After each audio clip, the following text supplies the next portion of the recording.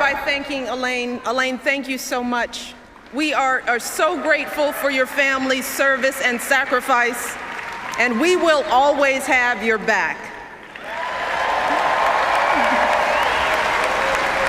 Over the past few years as First Lady, I have had the extraordinary privilege of traveling all across this country, and everywhere I've gone and the people I've met and the stories I've heard, I have seen the very best of the American spirit. I have seen it in the incredible kindness and warmth that people have shown me and my family, especially our girls. I've seen it in teachers in a near bankrupt school district who vowed to keep teaching without pay. I've seen it in people who become heroes at a moment's notice, diving into harm's way to save others, flying across the country to put out a fire, driving for hours to bail out a flooded town. And I've seen it in our men and women in uniform and our proud military families.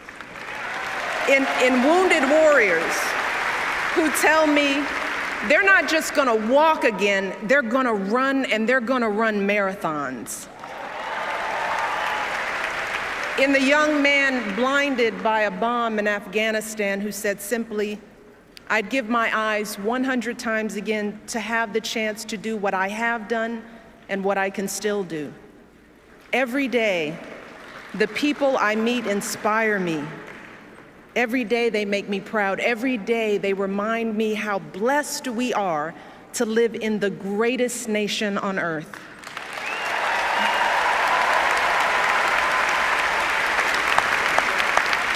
Serving as your First Lady is an honor and a privilege. But back when we first came together 4 years ago, I still had some concerns about this journey we'd begun. While I believed deeply in my husband's vision for this country, and I was certain he would make an extraordinary president, like any mother, I was worried about what it would mean for our girls if he got that chance. Now, how would we keep them grounded under the glare of the national spotlight? How would they feel being uprooted from their school, their friends, and the only home they'd ever known? See, our life before moving to Washington was filled with simple joys. Saturdays at soccer games, Sundays at grandma's house, and a date night for Barack and me was either dinner or a movie, because as an exhausted mom, I couldn't stay awake for both. And the truth is, I loved the life we had built for our girls, and I deeply loved the man I had built that life with, and I didn't want that to change if he became president. I loved Barack just the way he was. You see, even back then, when Barack was a senator and a presidential candidate, to me, he was still the guy who picked me up for our dates in a car that was so rusted out, I could actually see the pavement going by in a hole in the passenger side door. He was the guy whose proudest possession was a coffee table he'd found in a dumpster, and whose only pair of decent shoes was a half size too small. But see, when Barack started telling me about his family, see, now that's when I knew I had found a kindred spirit, someone whose values and upbringing were so much like mine. You see, Barack and I were both raised by families who didn't have much in the way of money or material possessions, but who had given us something far more valuable: their unconditional love, their unflinching sacrifice, and the chance to go places they had never imagined for themselves. My father was a pump operator at the city water plant, and he was diagnosed with multiple sclerosis when my brother and I were young. And even as a kid, I knew there were plenty of days when he was in pain. And I knew there were plenty of mornings when it was a struggle for him to simply get out of bed. But every morning, I watched my father wake up with a smile, grab his walker, prop himself up against the bathroom sink, and slowly shave and button his uniform. And when he returned home after a long day's work, my brother and I would would stand at the top of the stairs of our little apartment, patiently waiting to greet him, watching as he reached down to lift one leg and then the other to slowly climb his way into our arms. But despite these challenges, my dad hardly ever missed a day of work. He and my mom were determined to give me and my brother the kind of education they could only dream of. And when my brother and I finally made it to college, nearly all of our tuition came from student loans and grants, but my dad still had to pay a tiny portion of that tuition himself. And every semester, he was determined to pay that bill right on time, even taking out loans when he fell short. He was so proud to be sending his kids to college, and he made sure we never missed a registration deadline because his check was late. You see, for my dad, that's what it meant to be a man. Like so many of us. That was the measure of his success in life, being able to earn a decent living that allowed him to support his family. And as I got to know Barack, I realized that even though he had grown up all the way across the country, he'd been brought up just like me. Barack was raised by a single mom who struggled to pay the bills and by grandparents who stepped in when she needed help. Barack's grandmother started out as a secretary at a community bank, and she moved quickly up the ranks, but like so many women, she hit a glass ceiling. And for years, men no more qualified than she was, men she had actually trained, were promoted up the ladder ahead of her, earning more and more money while Barack's family continued to scrape by. But day after day, she kept on waking up at dawn to catch the bus, arriving at work before anyone else, giving her best without complaint or regret. And she would often tell Barack, so long as you kids do well, Bear, that's all that really matters. Like so many American families, our families weren't asking for much. They didn't begrudge anyone else's success or care that others had much more than they did. In fact, they admired it. They simply believed in that fundamental American promise that even if you don't start out with much, if you work hard and do what you're supposed to do, you should be able to build a decent life for yourself and an even better life for your kids and grandkids. That's how they raised us. That's what we learned from their example. We learned about dignity and decency, that how hard you work matters more than how much you make, that helping others means more than just getting ahead yourself.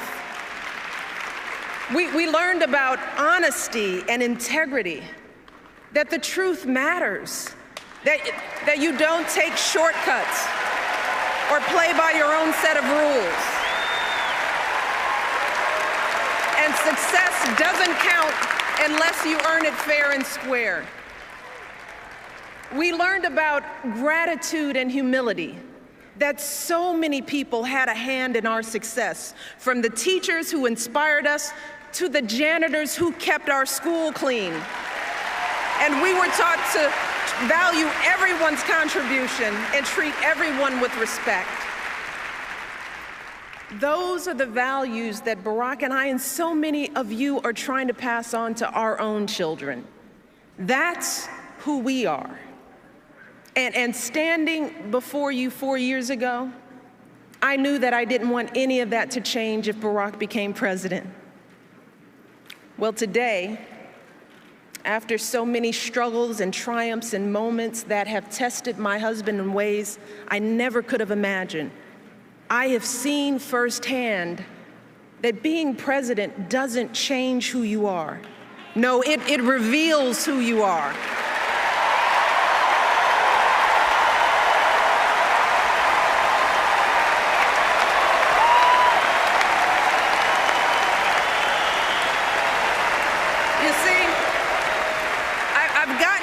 To see up close and personal what being president really looks like. And I've seen how the issues that come across a president's desk are always the hard ones.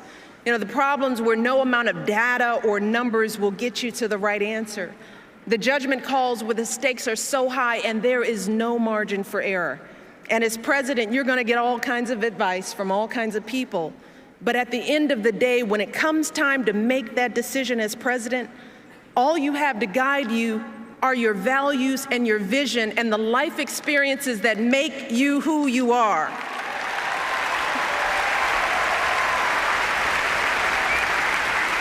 So when it comes to rebuilding our economy, Barack is thinking about folks like my dad and like his grandmother. He's thinking about the pride that comes from a hard day's work. That's why he signed the Lilly Ledbetter Fair Pay Act, to help women get equal pay for equal work. That's why he cut taxes for working families and small businesses and fought to get the auto industry back on its feet. That's how he brought our economy from the brink of collapse to creating jobs again, jobs you can raise a family on, good jobs, right here in the United States of America.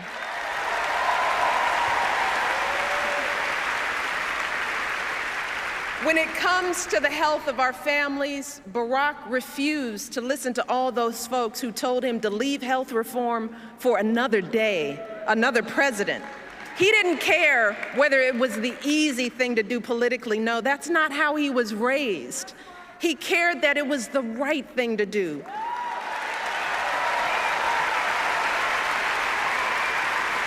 He did it because he believes that here in America, our grandparents should be able to afford their medicine. Our kids should be able to see a doctor when they're sick. And no one in this country should ever go broke because of an accident or an illness.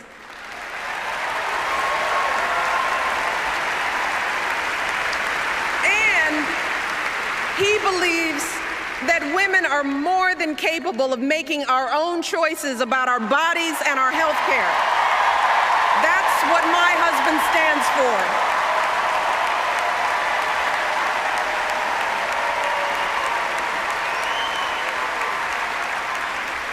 When it comes to giving our kids the education they deserve, Barack knows that, like me and like so many of you, he never could have attended college without financial aid. And believe it or not, when we were first married, our combined monthly student loan bill was actually higher than our mortgage. Yeah, we were so young, so in love, and so in debt. And that's why Barack has fought so hard to increase student aid and keep interest rates down, because he wants every young person to fulfill their promise and be able to attend college without a mountain of debt. So in the end, for Barack, these issues aren't political, they're personal. Because Barack knows what it means when a family struggles. He knows what it means to want something more for your kids and grandkids. Barack knows the American dream because he's lived it. And he wants everyone in this country, everyone, to have the same opportunity, no matter who we are or where we're from or what we look like or who we love.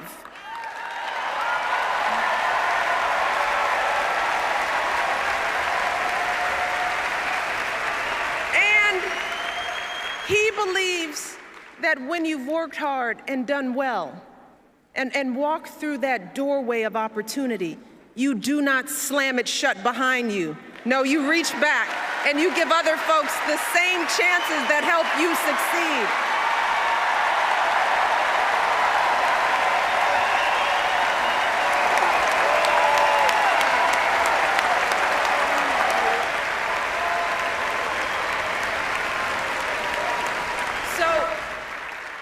When people ask me whether being in the White House has changed my husband, I can honestly say that when it comes to his character and his convictions and his heart, Barack Obama is still the same man I fell in love with all those years ago.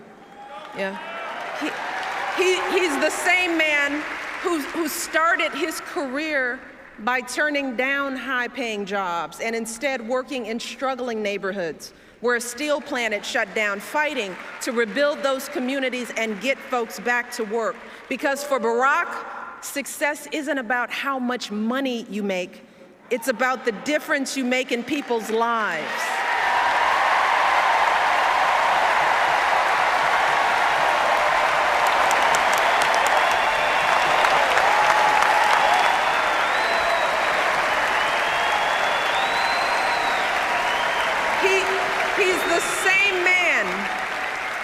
He's the same man when our girls were first born would anxiously check their cribs every few minutes to ensure that they were still breathing, proudly showing them off to everyone we knew. You see, that's the man who sits down with me and our girls for dinner nearly every night, patiently answering questions about issues in the news, strategizing about middle school friendships.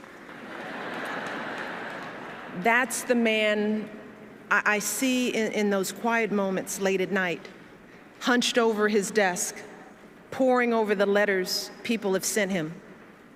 The letter from the father struggling to pay his bills, from the woman dying of cancer whose insurance company won't cover her care, from the young people with so much promise but so few opportunities. And I see the concern in his eyes.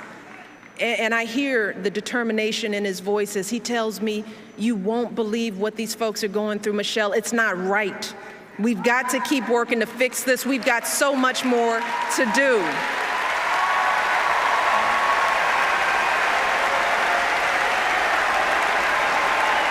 I see how those stories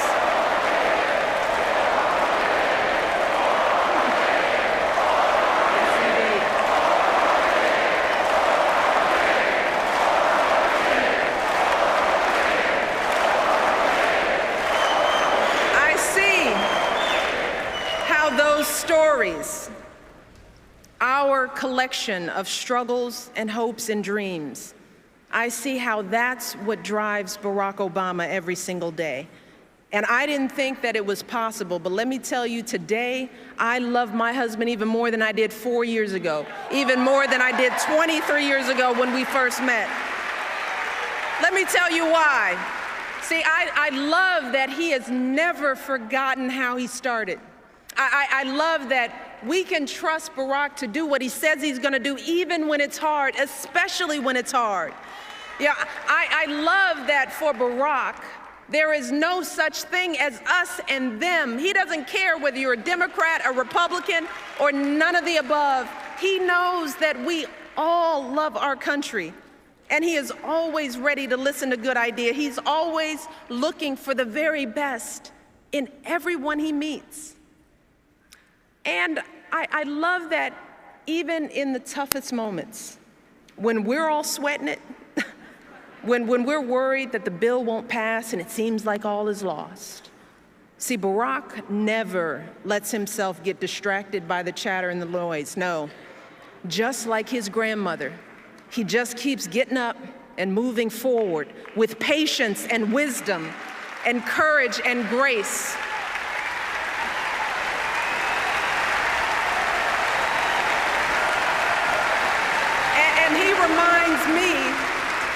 He reminds me that we are playing a long game here, and that change is hard, and change is slow, and it never happens all at once, but eventually we get there.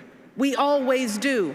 We get there because of folks like my dad, folks like Barack's grandmother, men and women who said to themselves, I may not have a chance to fulfill my dreams, but maybe my children will. Maybe my grandchildren will. See, so many of us stand here tonight because of their sacrifice and longing and steadfast love, because time and again, they swallowed their fears and doubts and did what was hard. So today, when the challenges we face start to seem overwhelming or even impossible, Let us never forget that doing the impossible is the history of this nation. It is who we are as Americans. It is how this country was built.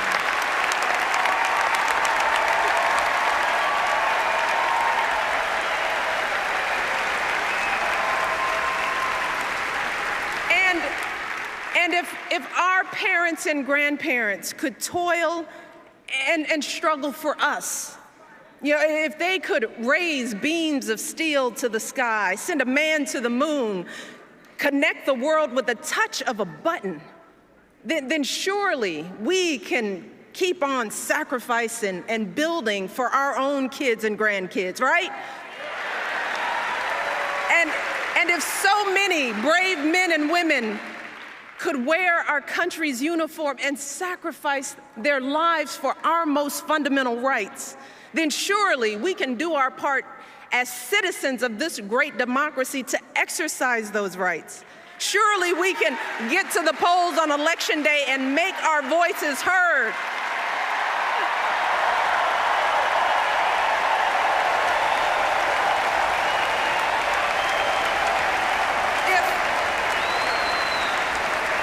If farmers and blacksmiths could win independence from an empire, if immigrants could leave behind everything they knew for a better life on our shores, if women could be dragged to jail for seeking the vote, if a generation could defeat a depression and define greatness for all time, if a young preacher could lift us to the mountaintop with his righteous dream, and if proud Americans can be who they are and boldly stand at the altar with who they love, then surely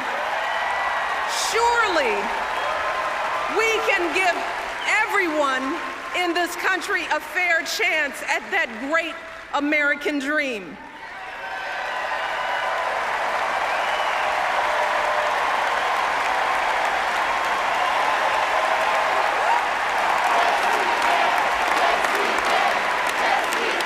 Because in the end, more than anything else, that is the story of this country. The story of unwavering hope grounded in unyielding struggle. That is what has made my story and Barack's story and so many other American stories possible.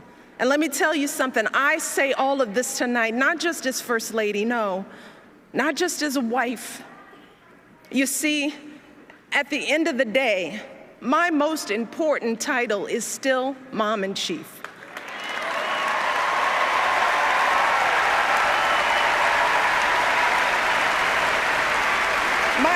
My daughters are still the heart of my heart and the center of my world. But let me tell you, today I have none of those worries from 4 years ago, no. Not about whether Barack and I were doing what was best for our girls. Because today, I know from experience that if I truly want to leave a better world for my daughters and for all of our sons and daughters, if we want to give all of our children a foundation for their dreams and opportunities worthy of their promise, if we want to give them that sense of limitless possibility, that belief that here in America, there is always something better out there if you're willing to work for it, then we must work like never before. And we must once again come together and stand together for the man we can trust to keep moving this great country forward. My husband, our president, Barack Obama. Thank you. God bless you.